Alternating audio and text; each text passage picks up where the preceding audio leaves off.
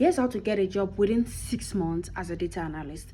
Okay, so this is part 2 of our Get a Job series. If you have not watched the first part, go to my page and watch the first part. That is the foundation of anything I am going to be saying on how to get a job. So make sure you watch the first part. It is very, very, very important. And if you have not followed, make sure you follow as well and stick around for the last one because it is very important. So let me bring out my book for you.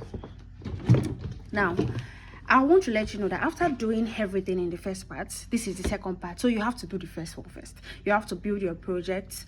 You have to do all those things I said in the first part. Then after that one, let me say the fourth step I am going to be giving you, or the first step I'm going to give you in this second part, is target skills. Now, what do I mean by that? Look at the job boards, look at the job descriptions, look at which skill do you notice appear in like 80% of them. Let me give you an example. MySQL is always required, most especially in data analytics job. You're always seeing MySQL, even most time in data engineering. Most times you're seeing, even in data science, you're seeing MySQL most times. So MySQL is it's a very important criteria to get a job in any data field to find yourself. So once you notice that, okay, these are the tools, these are the skills that are usually, frequently asked in those job boards, you own down on them, and then you make sure you learn them in-depthly. So as against learning any random tools, because people ask you to go and learn Excel, Power BI and all these things, as against learning those random tools, you own down on the ones that are actually required, the ones that are actually asked for within, let's say, 4 to 6 weeks. Then, after owning down on them, you build a project to show what you can do. Now, that's the first one. Target required skills.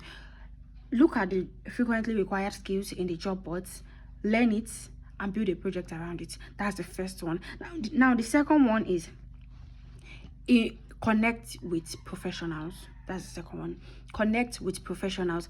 Now, you can find professionals on whatsoever platform: LinkedIn, X, even TikTok, Instagram self. Connect with them, message them, reach out to them, tell them how much you enjoy what they are doing and how you would love to, you want to know how it is in a day, like a day in their life of what they are doing, not a day in their private life, but their professional side. Tell them how you want to do this. Now, when you message them, don't reach out to ask them for jobs. You are not asking for jobs. You are not asking for jobs. You are learning. You are going to go there with the aim not to collect from them, but of course to collect, but not in the sense that, oh, get me a job. No, you want to learn from them. It is very important to differentiate those two. Don't go to them hoping to get a job from them. No, go to them hoping to learn. And if you are able to actually connect with them, they will even refer you. If they notice that you are good, they'll refer you. So that's the second point. Connect with professionals in the industry you want to break into. It is very important. Now, the third one and the last one is reverse job hunting. What do I mean by reverse job hunting? Now, this is a situation whereby, as against you waiting for the jobs to come to you, you create jobs for yourself. Let me explain this. Okay, so imagine that imagine you notice a company having issue with, let's say, reporting or something, and you reach out to them and say hello, or reach out to them, say their hiring manager or their data head or something, and you'd be like, I noticed this in your workflow and it takes too long.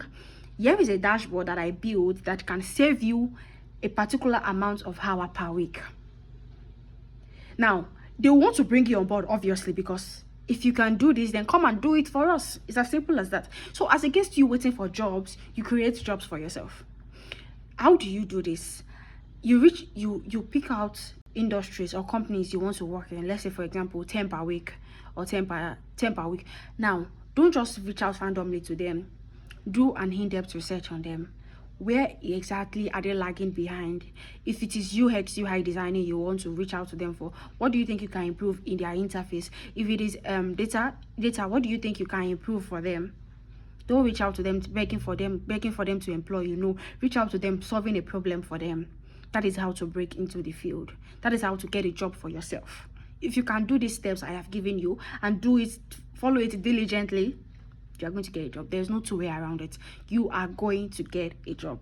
Now, which of these steps have you tried? Which of these steps have you done and has actually worked for you? Drop it in the comment section below, and don't forget to follow, like, and share this video to people that are also learning data along. Sharing is caring.